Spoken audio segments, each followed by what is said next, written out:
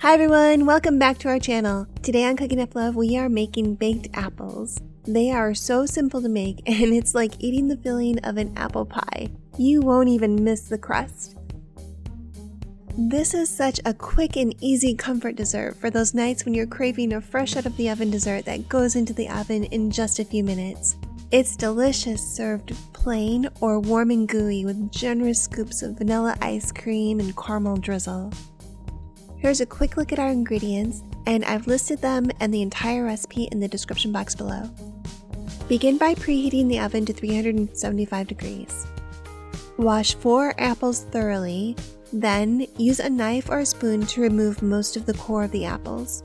Don't poke through the bottom. We want to have a cup that will hold the buttery filling inside as it bakes, and I'm making the hole about an inch or so wide. My favorite apple to use is the Honeycrisp. It's juicy but very sturdy, it's sweet but also with a crisp tartness. Granny Smith, Pink Ladies and Galas are also great choices for this recipe. Next, combine 3 tablespoons of softened salted butter and 1/3 cup brown sugar and cream it all together.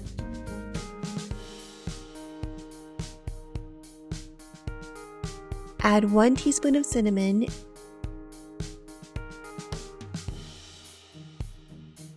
and 1 teaspoon of vanilla,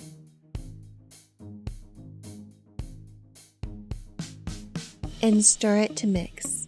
You'll want about a tablespoon of filling for each apple. If you're making more than 4, see the description box for details. Place the apples in a baking dish that will hold them upright, and fill the apples with the buttery mixture. I'm also topping one with a granola mixture that has lots of nut clusters and dried fruit. Customize your apples with your favorite warm spices, nutmeg, cardamom, ginger, or nuts and dried fruit. Pour 1 cup of hot water into the baking dish and bake until the apples are cooked through. They'll be nice and soft but not mushy. That'll be about 45 minutes to an hour depending on how large your apples are. Let them cool for about 5 minutes, then serve plain or with scoops of ice cream, whipped cream, and or caramel drizzle. I'd love to have you join us every week when we share new recipes. Subscribe to find out when we've posted a new one. And if you love to entertain, check out our Potluck Favorites playlist. Here's another recipe that I think you might like. Alright, I will see you in the next video.